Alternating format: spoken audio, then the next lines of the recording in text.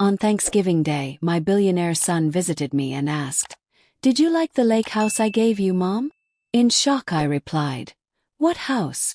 I never received anything." My gold digger daughter-in-law slowly walked up to him. "I'll tell you everything. First, let me thank you for watching Granny's Voice. Please subscribe and tell us where you're watching from in the comments. We might give you a shout-out in our next video."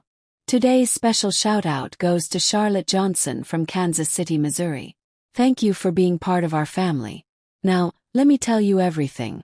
I never thought a simple dinner conversation would change everything I believed about my family. For 3 long years, I had been living in a tiny apartment, working night shifts at a gas station just to pay rent. My old bones ached every morning, but I kept telling myself things would improve someday. My son Marcus had built a huge business empire from scratch. At 40 years old, he owned restaurants, hotels, and shopping centers across the country. People called him a business genius, and I felt proud watching him succeed. But we rarely talked anymore. He was always flying somewhere for meetings or signing big deals. After his dad passed away 4 years back, Marcus buried himself in work completely. I understood his pain because I felt it too. Losing someone you love makes people cope in different ways. My small apartment felt extra quiet that Thanksgiving morning. I had used my last $50 to buy a turkey and all the sides he loved as a boy. My kitchen counter could barely hold all the food, but I wanted our dinner to be perfect. It had been 6 whole months since I had seen my son face to face. When Marcus walked through my door, everything about him screamed money and success. His suit probably cost more than what I made in 3 months working at the gas station. His shoes looked like they belonged in a fancy magazine. Right behind him came Elena, his wife of 4 years. She wore a beautiful white dress that looked like it cost thousands of dollars. Her dark hair was styled perfectly even though it was windy outside. "Mom, everything smells amazing in here," Marcus said while giving me a quick hug before helping Elena take off her coat. She smiled at me with those perfect white teeth, but something in her eyes made me feel uncomfortable, like she was studying me and making notes about everything she saw. We sat down to eat and I listened while Marcus talked about buying more buildings and opening new businesses. Elena would jump into the conversation sometimes, talking about their fancy vacations to other countries and how they were redecorating their mansion. I nodded and tried to look interested, but every story they told reminded me how different our lives had become. I was counting pennies while they were spending thousands without thinking twice. Then something happened that changed everything. Marcus leaned back in his chair after finishing his pie and gave me a big smile. "Mom, there's something I've been wanting to ask you about for a while now." I put down my fork and looked at him carefully, ready to listen to whatever he had to say. "How have you been enjoying that beautiful lake house I bought for you 3 years ago? I remember you always said you wanted to live somewhere peaceful near the water." The words hit me like a bucket of cold water thrown in my face. I stared at him with my mouth hanging open, trying to understand what he just said. A lake house. My heart started beating so fast I could hear it in my ears. "What lake house, sweetheart? I never got any lake house from you." Marcus stopped smiling completely. He looked over at Elena, who had suddenly become very still and quiet next to him. "The house at Crystal Lake, Mom. I had all the papers sent to you for your 70th birthday 3 years ago. You don't remember getting them." I shook my head back and forth, feeling dizzy and confused. "Marcus, honey, I promise you I would remember getting a house. That's not something a person forgets. Are you absolutely sure you sent it to the right person?" Elena suddenly jumped up from her chair, her napkin falling onto the floor. "Oh my goodness, I just remembered," she said, her voice sounding strange and higher than normal. "I have to make an important phone call about tomorrow's doctor appointment. Please excuse me for just 1 minute." She walked quickly toward my bedroom, pulling her phone out of her purse. But something about the way she moved seemed wrong and panicked, like she was running away from something scary. Marcus was frowning now, and I could see his business brain trying to figure out this puzzle. "Mom, that doesn't make any sense at all. I told my secretary Jessica to handle everything personally." She was supposed to mail you the house deed and set up monthly money payments too. Monthly payments. I felt like my legs might give out underneath me. What monthly payments are you talking about? The $2,000 I've been sending you every single month to help pay for things you need. Jessica promised me you were getting everything without any problems. The room started spinning around me. $2,000 every month for 3 years meant $72,000 total. That was enough money to change my whole life completely. Enough to quit my terrible night job, buy medicine when I got sick, fix my broken car, and stop worrying about money for food every single day. I grabbed the table edge to keep myself steady. Marcus, I swear on your father's grave, I haven't gotten any monthly money from you. I've been working at the gas station every night just to afford my tiny apartment. Last month I had to choose between buying groceries or paying my electric bill, and I chose groceries so I wouldn't starve. Marcus went completely pale and stood up so fast his chair fell over backwards. That's impossible, Mom. I have all the bank records and receipts. Everything should be perfectly documented somewhere. From my bedroom, I could hear Elena talking on her phone, but her voice was too quiet for me to understand the words. My hands started shaking as I began to understand how serious this situation really was. "Show me the papers," I whispered, my voice barely loud enough to hear. "Show me everything you have about this house and money." Marcus was already looking through his phone, scrolling through emails with desperate fingers moving quickly. "I have copies of all the documents at my office, Mom. The house deed, all the payment confirmations, everything Jessica handled for me. If you haven't been getting this money, then somebody else has been taking it." We both turned toward my bedroom at the exact same time. Elena's voice had stopped completely.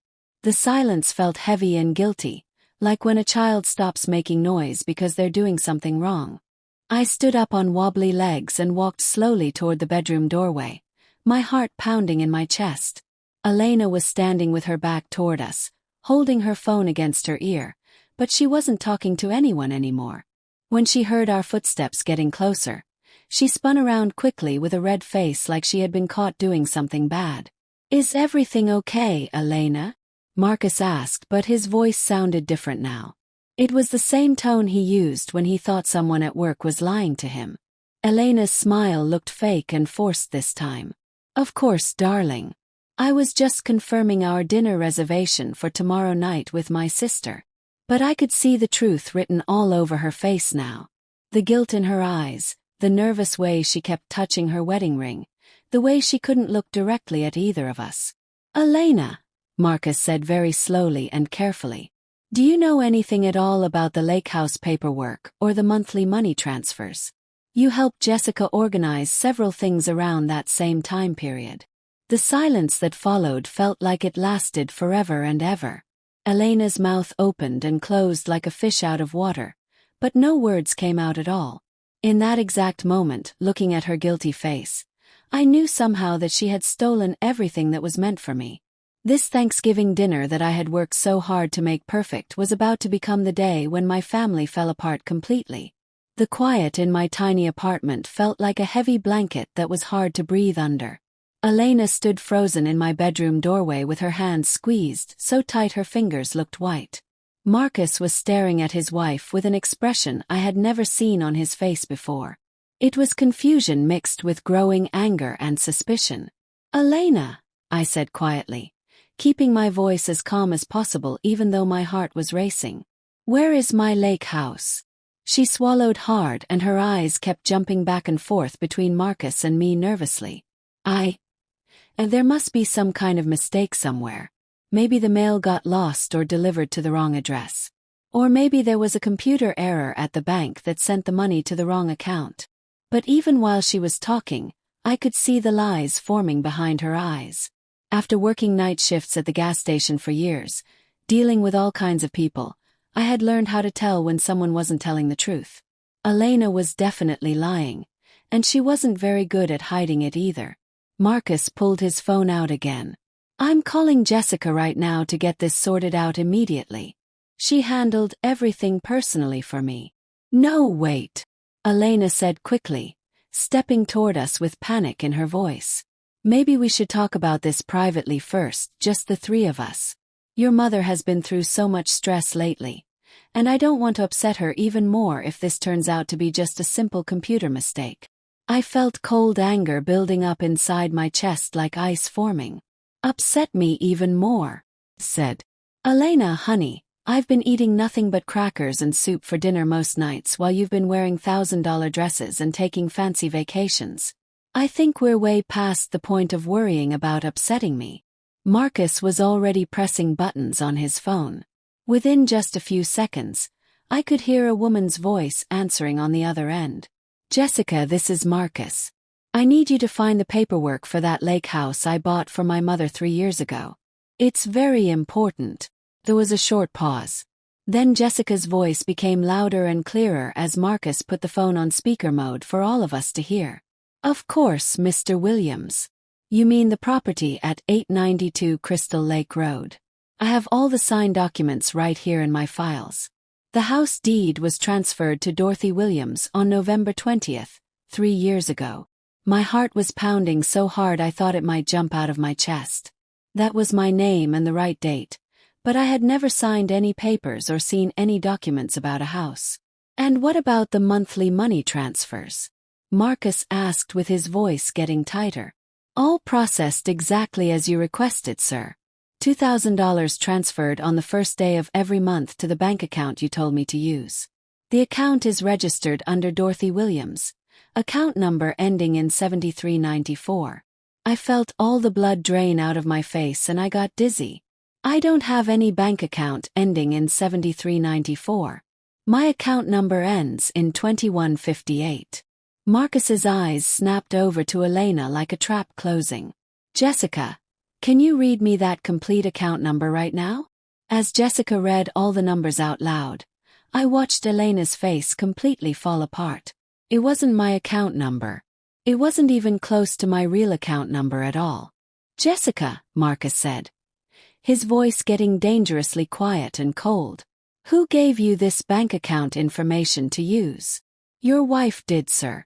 Mrs. Williams called me in January 3 years ago and told me there had been a change in your mother's banking information.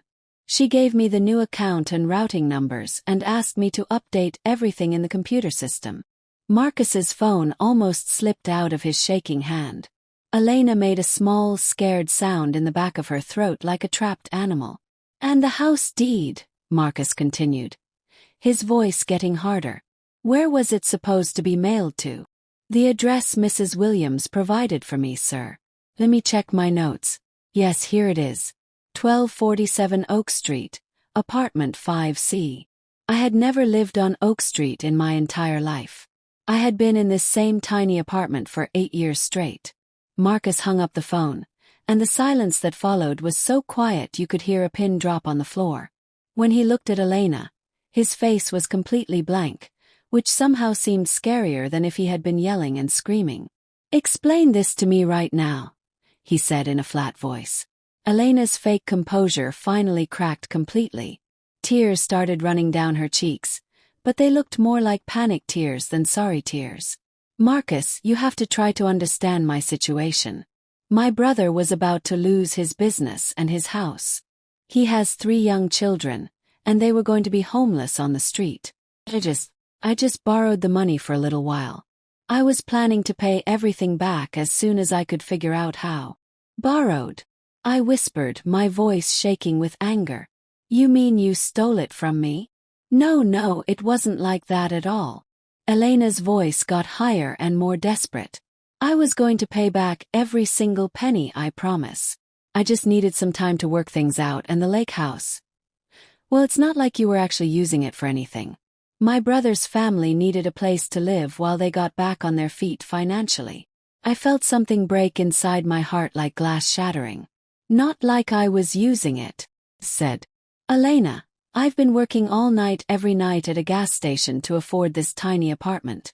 I've been eating 1 small meal per day to make my grocery money last the whole week.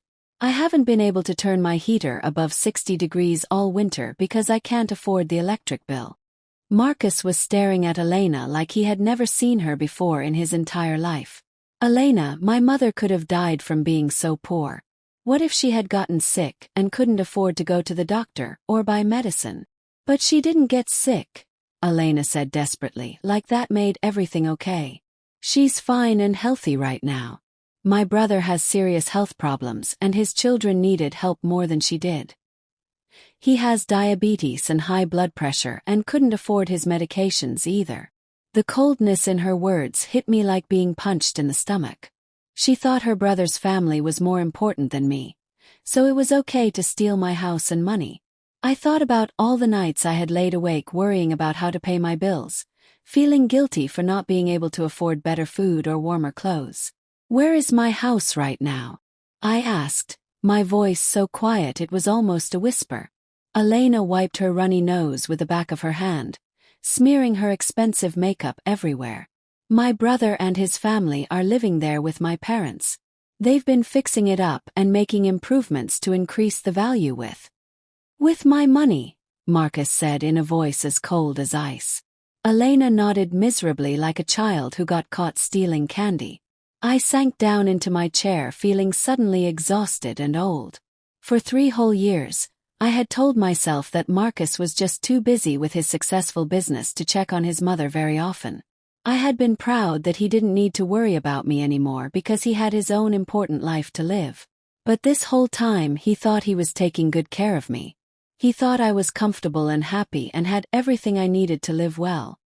"Mom," Marcus said, and his voice cracked a little bit. "I'm so sorry this happened. I thought you were okay and safe. I thought you had everything you needed and more." I looked at my son, this successful man who had worked so hard to build a better life for himself, and I could see the little boy who used to promise he would take care of his mama when he grew up big and strong. He had tried to keep that childhood promise, but the woman he trusted and loved most in the world had stolen it away from both of us. "How much money?" I asked Elena directly. "How much of my money did your family take and spend?" She was quiet for a long time, staring at the floor like a guilty child. "All of it," she finally whispered so quietly I could barely hear her. "All $72,000? Marcus asked, his voice getting louder. "Plus a house that's probably worth at least $400,000 by now?" Elena's family had been living like rich people for 3 years using money that was supposed to keep me from being poor and struggling. Marcus stood up slowly, his movements careful and controlled like he was trying not to explode with anger. "Elena, pack up all your things right now. I want you out of my house tonight, and I never want to see your lying face again." "Marcus, please don't do this," she begged, reaching toward him with desperate hands. "We can fix this terrible mistake. I'll find a way to pay your mother back every penny, I swear." He stepped away from her touch like she had a disease. "With what money, Elena? You've never worked a single day since we got married 4 years ago. Everything you have, everything your brother's family has been living on, was stolen from my mother who was working night shifts just to survive." I watched my daughter-in-law fall apart completely, and I felt nothing at all. No pity for her tears, no satisfaction from her punishment, just an empty feeling where trust used to live. She had looked me straight in the eyes for 3 years, had eaten dinner at this very table many times, knowing I was struggling and suffering while her family lived in luxury using my stolen money. As Elena's loud sobs filled my small apartment, I realized this Thanksgiving would be remembered forever, but not for the happy family gathering I had hoped and planned for. It would be remembered as the day I learned that sometimes the people who smile the brightest and seem the nicest are actually hiding the darkest and most terrible secrets. After Elena left that night, crying and begging for forgiveness that neither Marcus nor I felt ready to give, my apartment felt completely different. It was quieter, but not in a peaceful way. The silence was heavy with all the lies that had been told and the trust that had been broken into tiny pieces. Marcus wanted to call his lawyer immediately and start legal action, but I asked him to wait just a little bit. Not because I was changing my mind about getting my money and house back, but because I had a strong feeling we needed to know everything Elena had done before we took the next step. People who steal usually don't steal just once, and my gut told me this went much deeper than just a house and some monthly payments. "Mom, you don't need to worry about handling any of this," Marcus said as he sat across from me at my small kitchen table. His expensive suit was wrinkled from this long, terrible day. "Let me take care of everything. You've already been hurt enough." But I shook my head firmly. For 3 years, I had been the victim of Elena's lies without even knowing it. I had been helpless and clueless while she systematically stole everything my son had tried to give me. Now that I knew the truth, as painful as it was, I wasn't going to sit back and let other people handle my business for me. "I need to see everything," I told him with determination. "Every document, every bank record, every piece of paper. I need to understand exactly what she did to me and how she did it." The next morning, after Marcus went home to change his clothes and gather all his business documents, I called my gas station manager for the first time in 3 years to tell him I wouldn't be coming to work. Mr. Rodriguez was surprised because I had never missed a single shift, but he was understanding when I explained I had a serious family emergency to deal with. If only he knew how serious it really was. Marcus came back to my apartment carrying boxes of paperwork and his laptop computer. We spread everything out across my small dining room table, the same table where Elena had sat just hours before, playing the perfect role of the caring daughter-in-law while hiding her terrible crimes from both of us. The first document we looked at carefully was the deed to the lake house. My signature was there, clear as day, on legal papers I had never seen before in my life. But as I stared at it closely, something looked wrong to me. "This isn't how I write my name," I said, pointing at the signature with my finger. "Look at the D in Dorothy. I always make it with a little curve at the bottom, but this one is just a straight line." Marcus took a picture with his phone, then found a Christmas card I had signed for him 2 years ago. The differences were small but obvious once you knew what to look for. "She copied your signature," he said, his voice flat with anger and disbelief. We kept digging through the papers like detectives solving a crime. The bank records showed that the monthly payments had been going to an account that was indeed opened in my name, but at a bank I had never done business with in my entire life. Someone had opened that account using my personal information without my knowledge. "I need to see this bank account," I said firmly. Marcus called the bank, but they wouldn't give him any information over the phone since his name wasn't on the account.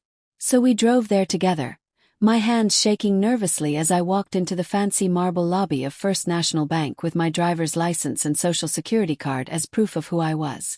The account had been opened 3 years and 2 months ago, just a few weeks before the first payment was supposed to come to me. The address they had on file was 1247 Oak Street, apartment 5C, the same fake address Jessica had mentioned yesterday. The phone number listed wasn't mine either. "Ma'am," the bank worker said, looking confused as she scrolled through the computer records. "According to our system, you've never actually visited this branch before today, have you?" "No," I said firmly. "I've never been here before in my whole life." She showed us the signature card from when the account was first opened. It was the same fake version of my name, signed by someone who definitely wasn't me. "This is identity theft," the bank worker said, sounding worried and concerned. "You need to file a police report right away." But we weren't finished discovering the truth yet. Marcus had brought copies of all his financial records related to helping me, and as we sat in the bank's customer waiting area, an even worse picture started to become clear. The monthly payments were just the beginning of Elena's crimes. Marcus had also been sending extra money for my medical expenses that I had never received. $500 when he thought I needed new eyeglasses, $900 for dental work he believed I was getting, $1,200 last Christmas as a special bonus for me. Every single payment had gone straight into the fake account that Elena had set up. "How much total?" I asked, even though I was scared to hear the answer. Marcus's fingers moved quickly across his phone's calculator app. His face turned completely white. $87,000 over 3 years, Mom. She stole $87,000 that was meant for you. I felt so dizzy I thought I might faint right there in the bank. $87,000 was more money than I had ever seen in my entire life. It was enough to have completely changed everything, to have given me security and comfort and peace of mind instead of the constant stress of counting every penny just to survive. We drove to 1247 Oak Street next to see the fake address Elena had used. It was a run-down apartment building in the worst part of town, with broken windows and garbage scattered around the parking lot. Apartment 5C was completely empty with a big "For Rent" sign taped to the door. She probably rented this dump just long enough to create the fake address, Marcus said, his jaw tight with anger. Then she stopped paying rent and disappeared. But I was thinking about something else that bothered me. Marcus, how did Elena get all my personal information? My social security number, my birth date, all the details she would need to open that bank account and steal my identity. He was quiet for a moment, thinking hard. From our house. I keep copies of important family documents in my home office for emergencies. Birth certificates, social security cards, everything. She had access to all of it whenever she wanted. The betrayal felt deeper with every new thing we discovered. Elena hadn't just seen an opportunity and grabbed it impulsively. She had planned this whole thing very carefully, step by step, systematically stealing my identity and my money while living in my son's house, eating his food and pretending to love him. That evening, as we sat in my living room surrounded by evidence of Elena's crimes, Marcus looked at me with tears in his eyes. Mom, I'm so incredibly sorry. I trusted her completely and never thought to double-check that you were actually receiving the money. It never occurred to me that she would lie about something so important. That detail hit me like a punch to the stomach. She was the one who suggested sending me money in the first place? Marcus nodded sadly. About 8 months after Dad died, she started talking about how worried she was about you living alone on such a small income.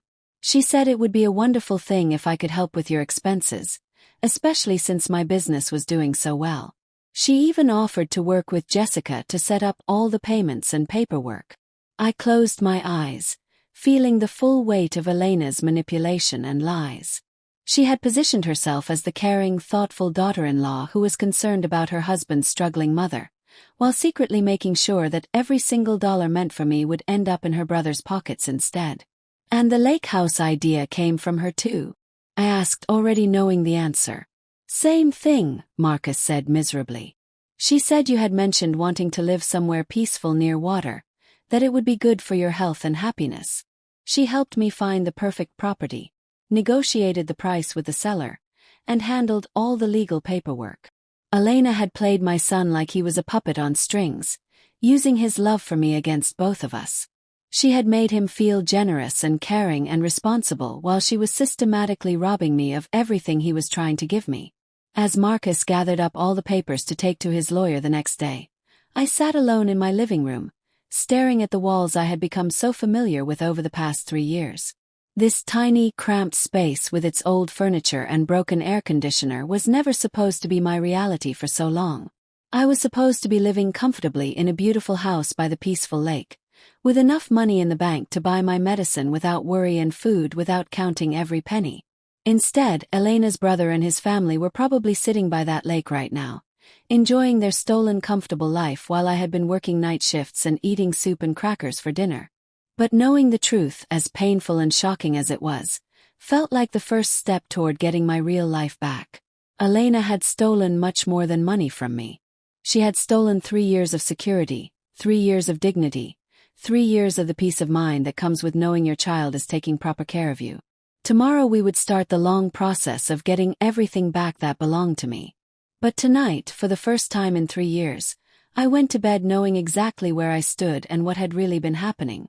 And that knowledge, as bitter and painful as it was to swallow, felt like power and strength. The morning Marcus's lawyer called with the results of his private investigation, I was mopping floors at the office building where I had worked night shifts for the past several years. My knees hurt against the cold tile, and my hands were red and sore from the harsh cleaning chemicals. But I kept working because I still needed every dollar from this job, at least until we could get my stolen money back. Mrs. Williams, Mr. Thompson's voice sounded very serious when I called him back during my lunch break. We need to meet immediately. What we've discovered goes far beyond what we initially suspected. Marcus picked me up after my shift ended, his face showing the exhaustion of someone who hadn't slept well in days. He had been throwing himself into this investigation with the same intense energy he brought to his biggest business deals. But this wasn't just business. This was personal and it was tearing him apart inside. At the lawyer's office, we sat across from Mr. Thompson as he opened a thick file full of documents and bank records. Elena didn't just steal from you, Mrs. Williams. She's been running what amounts to a criminal fraud operation using your stolen identity. The room felt like it was spinning around me. As he explained everything they had found, Elena had used my personal information to open not just one fake bank account, but 5 separate accounts at different banks around the city. She had applied for credit cards in my name, taken out personal loans, and even filed false tax returns claiming me as a dependent while reporting income that I had never actually earned. The Internal Revenue Service has been trying to contact you about problems with your tax filings, Mr. Thompson continued. They've been sending official notices to the fake address. You're currently under federal investigation for tax evasion and fraud. I felt like I was drowning in deep water. Tax evasion. But I've filed my taxes honestly every single year of my life. We know that now, but the IRS doesn't know that yet. Elena has been reporting to the government that you received all the money Marcus sent to you. Money that you never actually got, of course. From their perspective, it looks like you've been hiding income and not paying taxes on it. Marcus's hands were squeezed into tight fists. How much did she steal in total? Mr. Thompson flipped through several pages of financial records, including the original $87,000, plus additional credit card spending, loan money and fraudulent tax refunds she claimed in your name. We're looking at approximately $134,000. The huge number hit me like being struck by lightning. $134,000. I made $20,000 per year mopping floors and cleaning toilets. Elena had stolen almost 7 years of my entire salary. And what about the lake house? That's where things get more legally complicated, Mr. Thompson said. The property is legally in your name, Mrs. Williams, based on the forged deed. Elena's brother and his family have been living there rent-free, making expensive improvements with your stolen money. I thought about Elena's brother, who I had met only once at their wedding 4 years ago. He had seemed like a nice man with a sweet wife and 3 young children. They had looked a little overwhelmed by Elena's wealthy lifestyle, but grateful for her success and generosity. Had they known where all that money was really coming from? Had they known they were living in a house stolen from their sister-in-law's mother? Can we get the house back? Marcus asked. Yes, absolutely, but we'll need to involve criminal law enforcement. This isn't a simple civil matter anymore. This is criminal fraud, identity theft, and federal tax evasion. Elena could face serious prison time if convicted. I was quiet for a long moment, thinking about the woman who had sat at my table just a few days ago, crying and begging for forgiveness. She had seemed genuinely sorry and remorseful then. But now I wondered if those tears had been real emotions or just another manipulation and lie. What happens to her brother's family? Yes. Her brother, his wife, the 3 children. They'll have to leave the property immediately, Mr. Thompson said. His expression sympathetic but firm. If they can prove in court that they didn't know the money was stolen, they might avoid criminal charges themselves. But they can't keep living in a house that was bought with fraudulent funds. David was staring out the window, his jaw tight with anger. Where is Elena right now? She's been staying with her brother's family at the lake house, Mr. Thompson said. Our private investigator confirmed she's been there since she left your apartment on Thanksgiving. So she ran straight to the people who had been living off my mother's stolen money, Marcus said bitterly. Of course she did. She probably warned them about everything. That afternoon, we drove out to Crystal Lake to see the house that was legally mine but that I had never seen before. As we pulled into the long, winding driveway, I couldn't help but gasp in surprise and amazement. It was absolutely beautiful beyond my wildest dreams. A large, modern house with huge windows overlooking the sparkling water, surrounded by tall trees and carefully maintained flower gardens. This was what Marcus had lovingly intended for me to enjoy. This peaceful, comfortable place where I could have spent my retirement years watching the sunrise over the lake instead of worrying about whether I could afford groceries. Elena's brother answered the front door, and his face immediately fell when he saw Marcus and me standing there. "Oh," he said quietly, his voice filled with dread. "We've been expecting this visit." Elena appeared behind him in the doorway, looking smaller and more fragile than I had ever seen her before. Her expensive designer clothes had been replaced with simple jeans and an old sweater, and her face was puffy and red from days of crying. "Dorothy," she said, her voice barely louder than a whisper, "I'm so terribly sorry for everything I've done to you." I looked at this woman who had smiled at me across countless family dinner tables while systematically destroying my financial security and stealing my future, and I felt nothing but cold, hard anger. "Are you really sorry, Elena?" I asked. "Or are you just sorry that you finally got caught?" She started crying again with big, dramatic tears, but I wasn't moved by her performance this time. I had seen her tears before and had believed in them completely. I had even felt sorry for her sometimes when Marcus worked long hours and she seemed lonely and neglected. "I never meant for things to go this far," she sobbed loudly.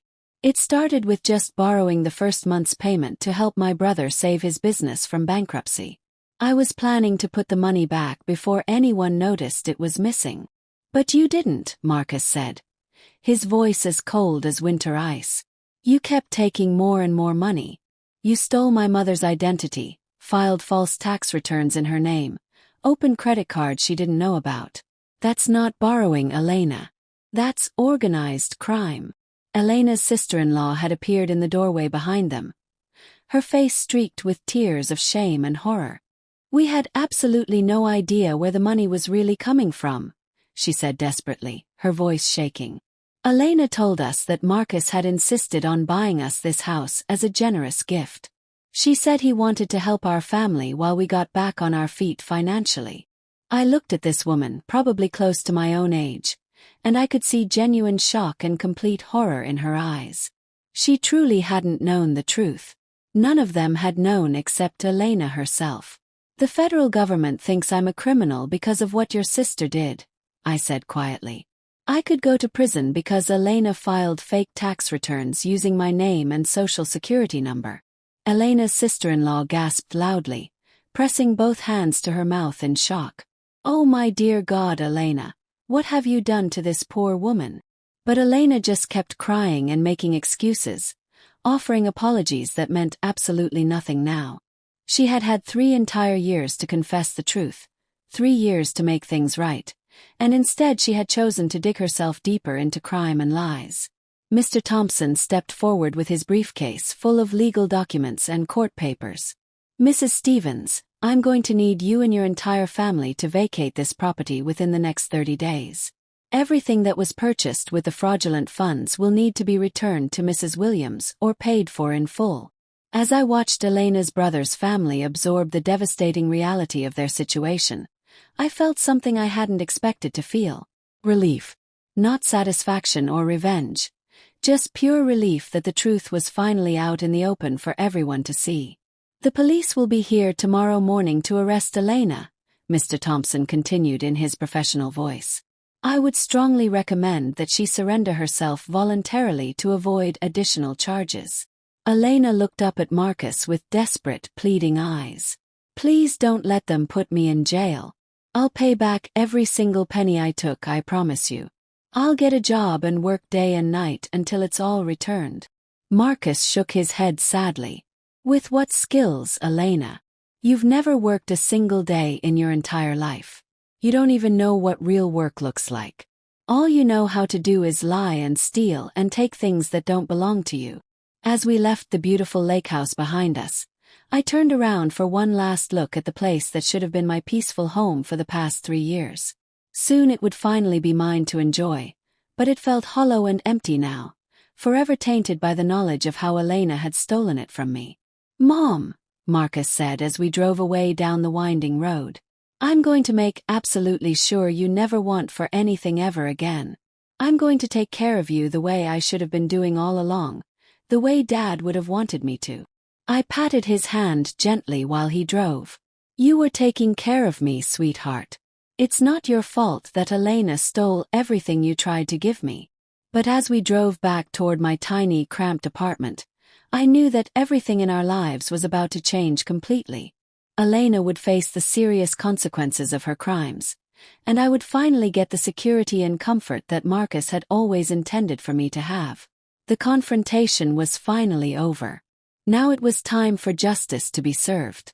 The divorce papers were finalized on a cold, rainy Monday in March, 4 months after that life-changing Thanksgiving dinner.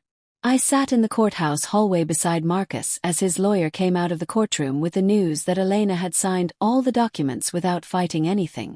She had already been sentenced to 2 years in federal prison for fraud and identity theft, and fighting the divorce would have only added expensive legal fees she couldn't possibly afford. "It's completely finished," Mr. Thompson said, sitting down beside us with relief in his voice. "The marriage is legally dissolved. All assets purchased with stolen funds now revert to their rightful owner. Mrs. Williams, you are now the legal owner of the lake house, and all the money in the fraudulent accounts has been frozen pending full restitution to you." Marcus let out a long, deep breath like he had been holding it for months. "What happens to Elena's brother and his family now?" "They moved out of the property 2 weeks ago," Mr. Thompson explained. "They're staying temporarily with relatives in another state, and they've been surprisingly cooperative throughout this whole process. I think they're genuinely horrified and ashamed by what Elena did to your family." I felt a strange mixture of relief and sadness washing over me. Relief that this nightmare was finally ending after so many months of legal battles and paperwork, but sadness for all the innocent people who had been hurt. Elena's brother's family were victims too, in their own way. They had lost their home and their sense of security, all because Elena had chosen to steal instead of simply asking for help when they needed it. The weeks that followed were like a whirlwind of paperwork, phone calls, and major life changes. Marcus threw himself into making things right with the same intense energy he had once used to build his successful business empire. He hired a team of professional accountants to untangle Elena's complicated web of fraudulent tax filings, worked directly with IRS investigators to clear my name completely, and personally supervised every single detail of transferring legal ownership of the lake house back to me where it belonged. But the most important change was in Marcus himself. The successful businessman who had been too busy for regular phone calls suddenly became a son who visited every few days, who called just to check on how I was feeling, who insisted on taking me to all my doctor appointments and helping with grocery shopping. "You don't have to watch over me so carefully, honey," I told him one afternoon as he helped me pack the few personal belongings I wanted to keep from my old apartment. "I'm not going anywhere, and I'm stronger than you think." He paused while folding one of my handmade quilts, his hands becoming still on the soft, familiar fabric. "Mom, I missed 3 entire years of your real life because I was stupid enough to trust Elena completely with something so important. I'm not going to miss any more time." I understood his guilt, even though I didn't think he deserved to carry that burden. Elena had been a master of manipulation, using his genuine love for me to hide her terrible crimes. But I also understood that trust, once broken so completely and thoroughly, takes a very long time to rebuild. Even trust in your own judgment. Moving into the lake house felt completely surreal, like stepping into someone else's dream life. The place was absolutely beautiful, but it carried the heavy weight of everything that had happened there. Elena's brother's family had taken excellent care of it during their time there, I had to admit. The flower gardens were perfectly maintained, the house was spotlessly clean and recently updated, and they had even added a lovely screened porch overlooking the water that I immediately fell in love with. But it felt like moving into a stranger's life rather than reclaiming something that had always belonged to me. "We can change anything and everything you want," Marcus said as we walked through the spacious rooms together for the first time. "New furniture, different paint colors, whatever it takes to make this place feel like your real home." I appreciated his thoughtfulness and generosity, but I wasn't sure that new curtains and different wall colors would erase the knowledge that Elena's brother had sat in this very living room for 3 years, drinking his morning coffee and reading his newspaper, while I had been working night shifts and rationing my medication 50 miles away. The financial recovery process was much more complicated than anyone had expected it to be. The various accounts Elena had opened in my name contained not just the money Marcus had originally sent, but also funds from credit cards she had used and personal loans she had taken out using my stolen identity. Untangling what belonged to whom required professional forensic accounting and many months of careful documentation and legal paperwork. The good news, my new financial advisor explained during our first meeting, is that when everything is finally sorted out and recovered, you'll have not just the original money your son sent, but also accumulated interest and some additional compensation for the identity theft crimes. We're looking at approximately $160,000 once the legal process is completely finished. $160,000. I had never even dreamed of having that kind of money in my entire life. It was enough to live comfortably for many years, to never worry about choosing between groceries and medication again, to actually enjoy my retirement instead of working until my old body gave out completely. But the money felt strange and uncomfortable in my hands, forever tainted by the knowledge of how it had been stolen from me and then recovered through the legal system. I found myself almost missing the simplicity of my old life, where I knew exactly where I stood financially, even if that place was barely scraping by from paycheck to paycheck. The hardest part of this whole experience was dealing with how the community reacted to my story. In a small town like ours, Elena's arrest and criminal trial had been front-page news in the local newspaper for weeks. Everyone knew what she had done, and by extension, everyone knew that I had been the victim of an elaborate fraud scheme that had lasted for years. People's reactions to my situation varied wildly and unpredictably. Some neighbors were very sympathetic, offering help with moving and expressing genuine outrage on my behalf. Others seemed almost suspicious of me, as if they couldn't believe I hadn't somehow known what was happening to my own money. A few people made comments that suggested they thought I should feel grateful for all the attention and publicity, as if being defrauded was somehow better than being ignored and forgotten. The worst reactions came from people who acted like I had won the lottery instead of having my identity stolen and my life turned upside down. "Well, at least everything worked out perfectly in the end," one neighbor said cheerfully while I was buying groceries. "Now you're sitting pretty in that beautiful house by the lake." I wanted to shake her and explain that having your daughter-in-law systematically steal your identity and rob you for 3 years isn't something that just works out perfectly. That the money and the house came with a permanent knowledge that someone I had trusted completely had viewed me as nothing more than a convenient source of funds to exploit for her own family's benefit. But I kept my mouth shut and focused all my energy on rebuilding my life from scratch. The first night I spent completely alone in the lake house. I sat on the beautiful screened porch with a cup of herbal tea, watching the sunset paint the water in brilliant shades of orange and pink. The view was absolutely breathtaking, peaceful in a way I had never experienced before in my entire life. But I felt oddly detached from all the beauty, as if I were a temporary guest in someone else's dream rather than the rightful owner of my own home. My phone rang, and Marcus's name appeared on the screen. He had been calling every single night since I had moved into the lake house, checking to make sure I was settling in comfortably and didn't need anything. "How are you feeling tonight, Mom?" he asked with genuine concern in his voice.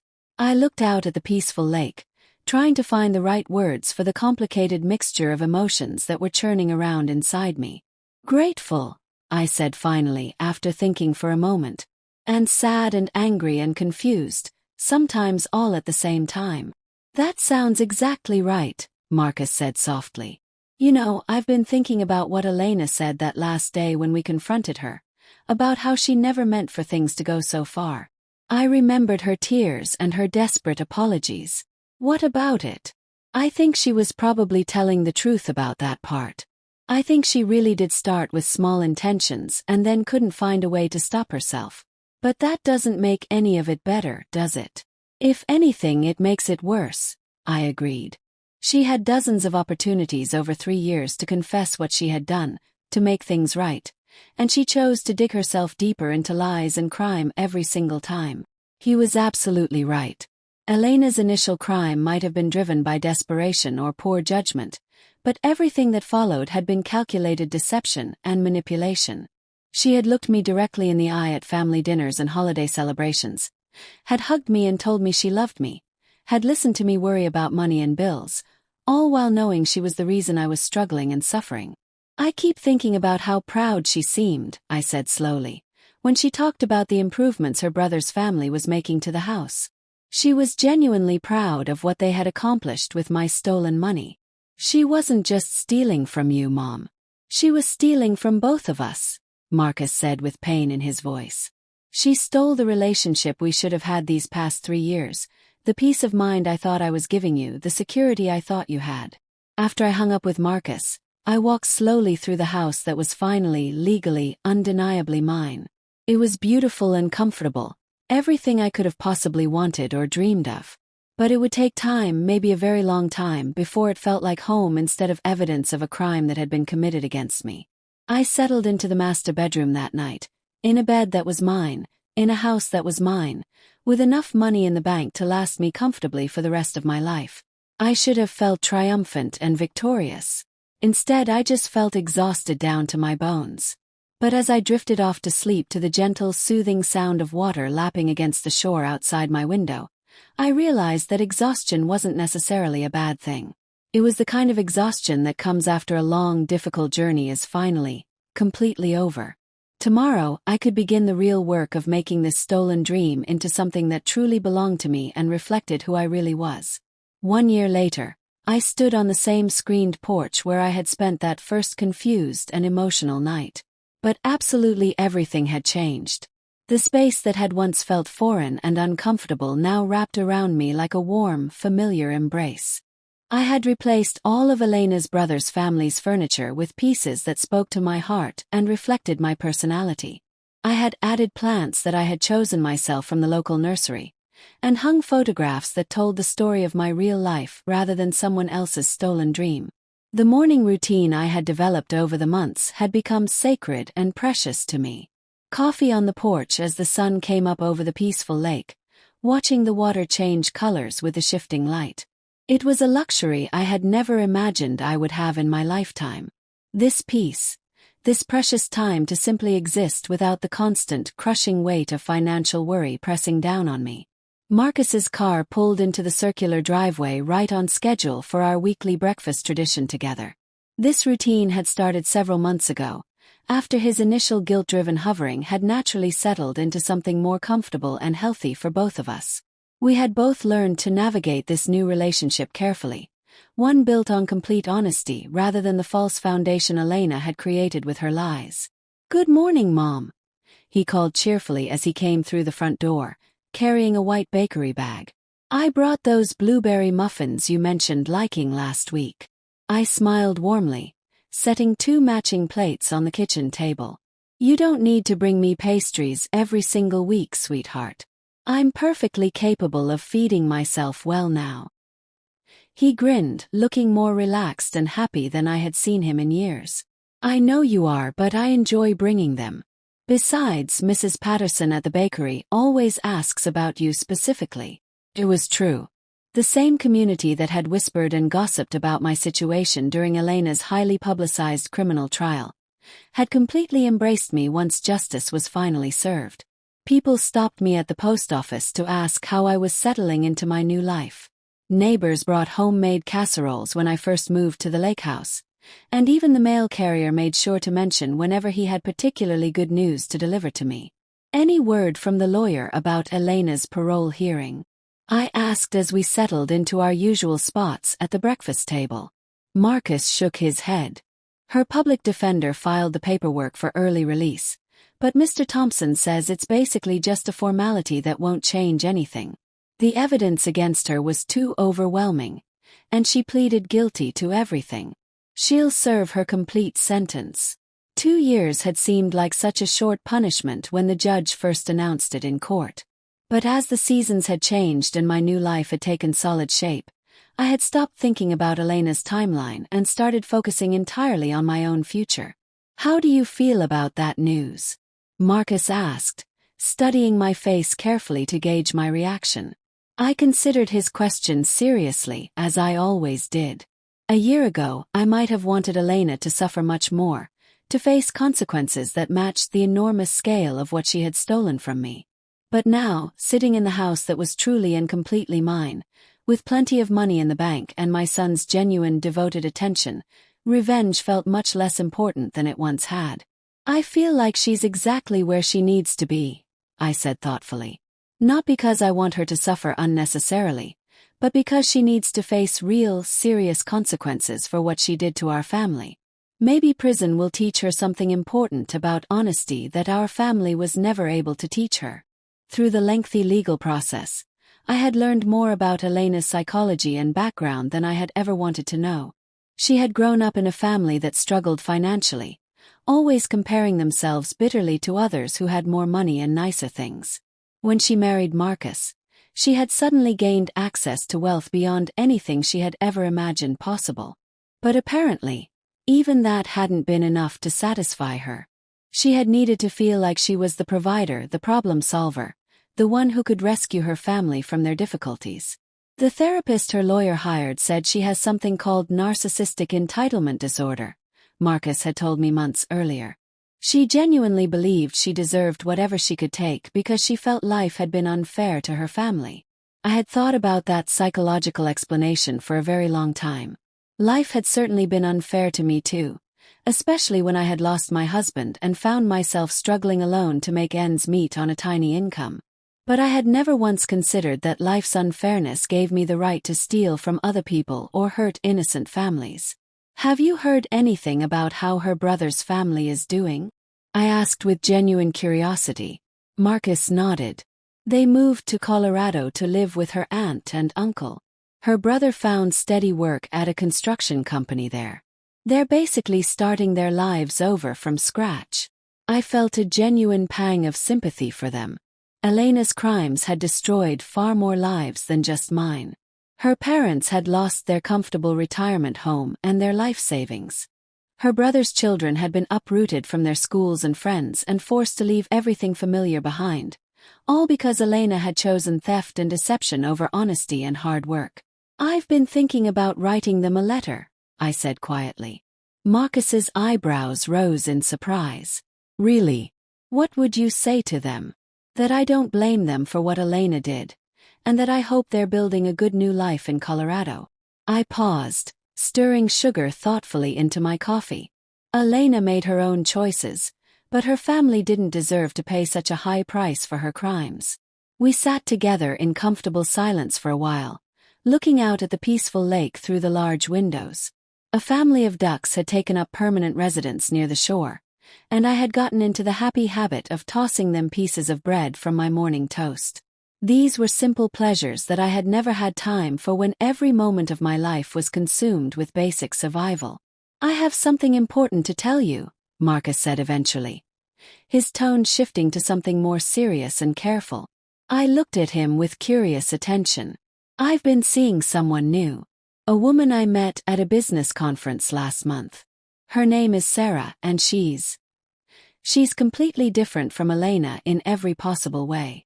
I felt a small flutter of protective anxiety, then forced myself to relax and trust his judgment. Tell me about her, I said with an encouraging smile. She's a certified public accountant who specializes in helping small businesses manage their finances properly. She knows the complete story about what Elena did to our family, and she's not interested in my money at all. She makes excellent money on her own and is very independent. I smiled genuinely. A financial professional. That seems very appropriate given our recent experiences. Marcus laughed, and the sound was warm and natural. I thought you'd appreciate that irony. She's also incredibly honest, sometimes almost brutally so. She told me on our fourth date that she thought I was too trusting with people and needed to work on setting better boundaries in my relationships. She sounds like a very smart woman, I said approvingly. When do I get to meet this Sarah? Only when and if you want to meet her, Marcus said carefully. I'm not rushing into anything this time around. I'm learning to trust my own judgment again, and part of that means not seeking approval from everyone else before I really know how I feel myself. I reached across the table and squeezed his hand gently. I'm very proud of you for taking your time and being careful, but when you're ready and feel confident about her, I would love to meet Sarah. After Marcus left that morning, I took my usual leisurely walk around the entire property. The gardens that Elena's brother's family had planted and maintained were still thriving beautifully under my care, but I had added my own personal touches everywhere. A small vegetable patch where I grew fresh tomatoes and herbs for cooking, a cozy reading nook under the ancient oak tree where I spent afternoons with library books, and several bird feeders that attracted bright red cardinals and beautiful blue jays to my yard. The house was slowly but surely becoming mine in ways that had absolutely nothing to do with legal ownership or court documents. It was filled with my choices, my memories, my quiet daily routines that no one could ever steal or forge or manipulate again. That afternoon, I did something I had been planning and preparing for over several weeks. I called my old supervisor at the gas station, Mr. Rodriguez, to give him my official notice. "This is Dorothy Williams," I said when he answered the phone. "I wanted to let you know officially that I won't be returning to work at the gas station. I'm retiring permanently." There was a surprised pause. "Are you feeling all right, Dorothy? You've been out for quite a while now, and we've been wondering when you'd be back." "I'm feeling better than I have in many, many years," I said, smiling at the complete truth of that statement. "I'm finally able to retire and enjoy my golden years." It felt strange and wonderful to say those words out loud. I had never imagined I would be able to retire at all. Had assumed I would work at various jobs until my body completely gave out.